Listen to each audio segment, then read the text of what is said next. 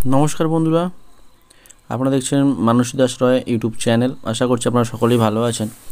আজকের আমি দেখাবো আমাদের গাছে আবার প্রায় ২৫ দিনের পরে এসেছে আবার মৌচাকে মধু কাটতে এক দাদা। আর আমার বাড়ির কাছাকাছি দাদাকে দিয়েই পালানো হয়, কারণ দাদা এই বিষয়ে খুব এক্সপার্ট এবং মানে সবসময় ও মৌচাক থেকে মধু সংগ্রহ করে। আর আমরা মৌচাকেতে অ্যাকচুয়ালি মধু কাটতে যাই না, কারণ মৌমাছির কামড় খাওয়ার ভয়তে। আর দাদাটা সময় করে করে অভ্যাস আছে ভালো, ওই ভালো বেশ কাটেও। আর মৌমাছি কামড়ও খায়, যদিও খায় না এমনটা নয়, কামড়ও খায়, কিন্তু ওর যেন আমার কিছু মনে হয় না, আমার দেখে মনে হয়েছে আর কি। কারণ আমি দেখলাম ও ২-৪টে কামড়ালো, কিছু মনে করলো না। কিন্তু আমরা যদি হতাম ফুলে যেত কিংবা কান্নাকাটি করে পাগল হয়ে যেতাম, এরকম একটা ব্যাপার। যাই হোক, মোটামুটি এতটা পরিমাণে মৌচাক উঠছে ধোঁয়া দেওয়ার সময়। আমি তো বেশিক্ষণ দাঁড়িয়ে থাকলে ভিডিওটা যে করবো সেরকম সময়টাই পেলাম না, কারণ আমার নিজেরই ভয় লাগছিল। মাকে বললাম, মা তুমি পালাও, এখানে দাঁড়িয়েও না, কারণ কোথায় কামড়ে দেবে তার ঠিক নেই।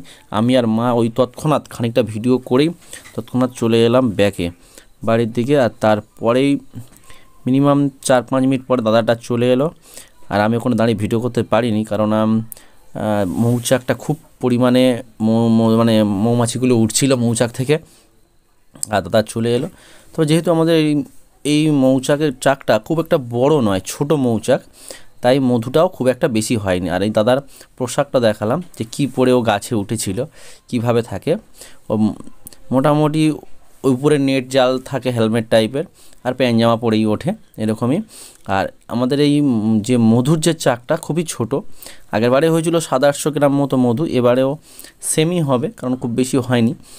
ছোট মৌচাক, এটা মৌচাক বড় ছোট হয়, কারণ এই ছোটো চাক থেকে আবার বড় হয়, কারণ এর থেকে আরও মানে মাছি জন্ম নেওয়ার পরে সেটা আরও বড় আকার ধারণ করে।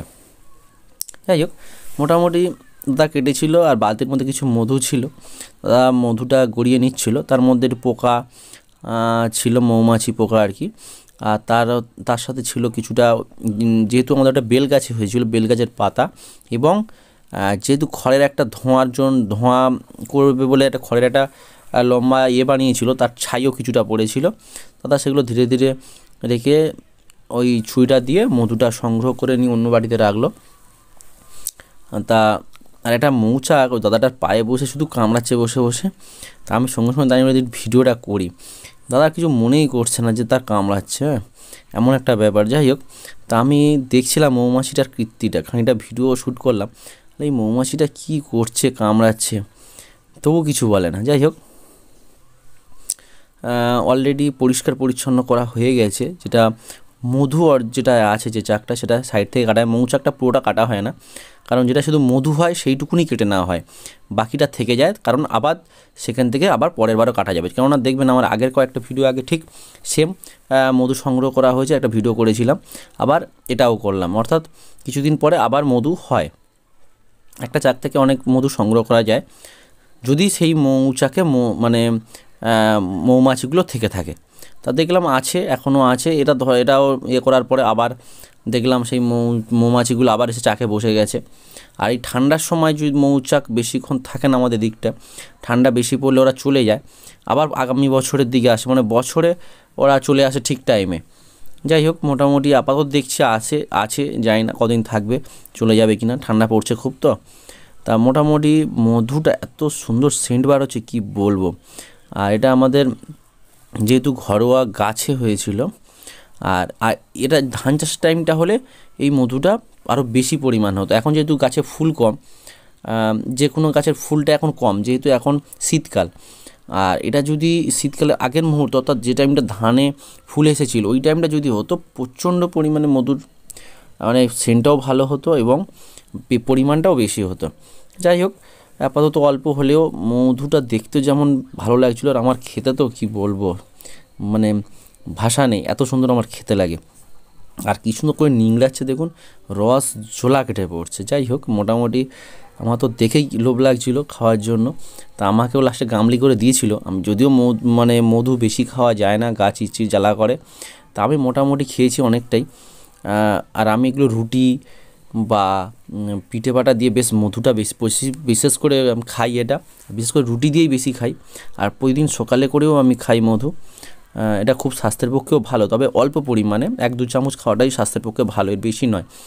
বেশি খেলে অনেকের সহ্য করার ক্ষমতা থাকে না, অনেকের অ্যালার্জির সমস্যা হয়, গা ফুলে যায়, যার যেটা সমস্যা। যাই হোক, কারণ যার সমস্যা নেই তারা খেতে পারেন, যার সমস্যা তারা না খাওয়াই ভালো। অনেকে মধু সহ্য করতে পারেন, আবার প্রচণ্ড মিষ্টি বলে অনেকে আবার পছন্দও করে না। যাই হোক, কিন্তু আমার তো কী বলবো, খুবই প্রিয়। আর ঠিক এই মধুটা দেখুন, আপনাদেরকে ভালো করে ভিডিওটা দেখাই। এই মধুটা দেখলে মনে হবে যেন খেজুর গাছের রস ঠিক ফুটানোর পরে যেরকম হয়ে যায়, খেজুরের গুড় ঠিক সেরকম লাগছে, একদম গাঢ়, কিন্তু অতটা পরিমাণ গাঢ় নয়, তার থেকে একটু পাতলা, কিন্তু দেখতে ঠিক সেরকম এবং খেতেও সুস্বাদু। তা আমি কি বলবো, আগের বারে পেরেছিল, আমি তো খেয়েইছি বেশি করে।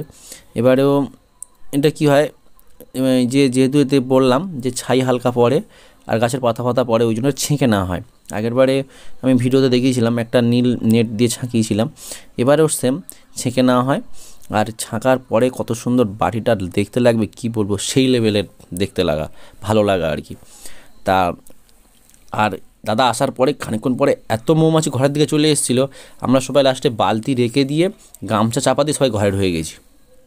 ঠিক আছে, খানিকক্ষণ মিনিমাম 10 মিনিট পর সেই মৌমাছিগুলো সেই বালতি ধার থেকে চলে যাওয়ার পরে তারপর আমরা বাইরে বেরিয়ে তারপরে আমরা মধুটা পরিষ্কার পরিচ্ছন্ন করলাম। কেননা দাদার পিছন সঙ্গে সঙ্গে আরও 10-15টা মৌমাছি চলে এসেছিলো। তা দাদা বলছে আমাকে গামছা দে ভাই, তাড়াতাড়ি করে আমি বালতিটা চাপা দিয়ে ঘরে উঠি। আবার বালতিটা আমরা চাপা দিলাম, গামছা দিয়েই আমরা সবাই ঘরে উঠে গেছিলাম। তো যাই হোক, মধুটা হয়েছে দেখুন, ওই 800 গ্রাম মতো হবে, আনুমানিক বললাম 800 গ্রাম মতো হয়েছিল, কারণ এটা ওয়েট ভালো হয় এগুলো। আর দেখতেও সুন্দর লাগছিল, পুরো খেজুর গুড়ের মতোই গাঢ়, আর খেতেও সুন্দর। আর একটা সেন্ট ভালো হয়, খুব সুন্দর একটা সেন্ট, কি বলবো আর কি। আর আমাদের বাড়ি অনেকেই ছিল এই টাইমটাই, আমি বললাম সবাইকে 2 চামচ করে হাতে দেওয়া হোক, সবাই খাক, খেলে তাদেরও ভালো লাগবে। আর এখানে মধুর দামটাও বেশ কিন্তু ভালো আমাদের এখানে, তবে একদম খাঁটি মধু পাওয়া যায়, এটাই। ধন্যবাদ সকলকে ভিডিও দেখার জন্য, থ্যাংক ইউ। চ্যানেলটি সাবস্ক্রাইব করে থাকবেন।